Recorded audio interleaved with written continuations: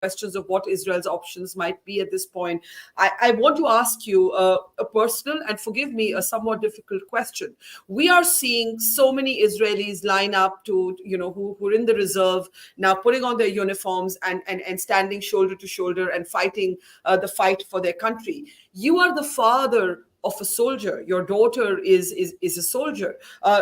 Are you scared for her? Are you worried for her? Are you terrified for her? Especially when you see the videos of some women soldiers who've also been taken captive. I'm sure as a dad, your heart somewhat sinks. Of course, concerned for the well-being and the life of all Israeli citizens. Those in uniform have a role to play. You mentioned the reservists. I want to give one little angle of this as part of the internal crisis that Israel has and still has.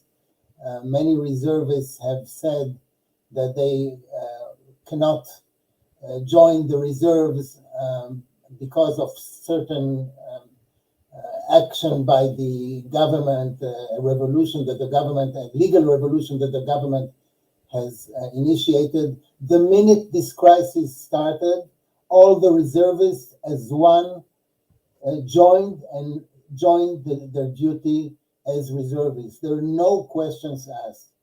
But of course, we're very, very concerned. You mentioned that I'm a father of a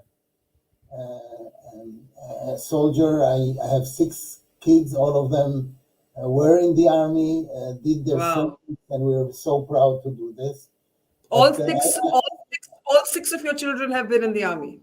Have been during the years. I have some over the years. A little older. But yes. Speaking about terrorism, I'm also a terror victim. So there are various angles. Tell us your personal story. You speak today as a terror victim, and I know our audience in India would be interested to hear that. Well,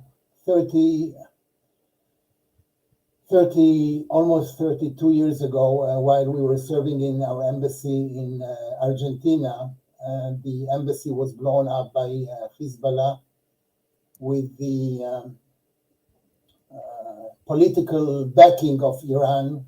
I'm talking about 1992. Our embassy was destroyed. 29 people were killed, including my wife, the mother of our 5 children at the time. So when I talk to you and when I talk to people about terrorism, I think I know what I'm talking about.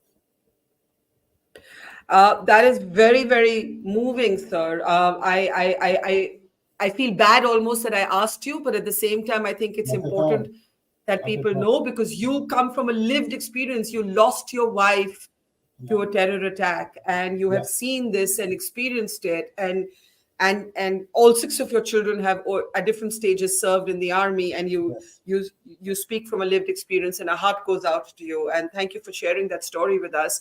I want to ask you, speaking then as a terror victim who has lost your wife to terror, you mentioned the Hezbollah, you mentioned Iran. There is a lot of commentary in the global media about Iran's possible role in this well-oiled operation by Hamas, about the Hezbollah getting activated in the north. How do you first see the question of Iran and its links with Hamas? Frankly, I cannot say and know how involved Iran was in those specific attacks.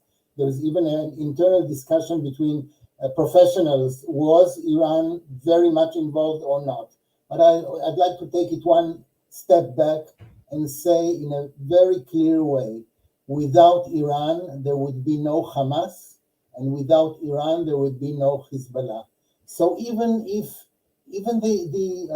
terror attack in Argentina, maybe it wasn't an Iranian who put the bomb, but without the decision-making, the political backing, the training, the financing by Iran of Hamas in the south and Hezbollah in the north, there would be no proxies, because those are proxies. And let me tell you a secret.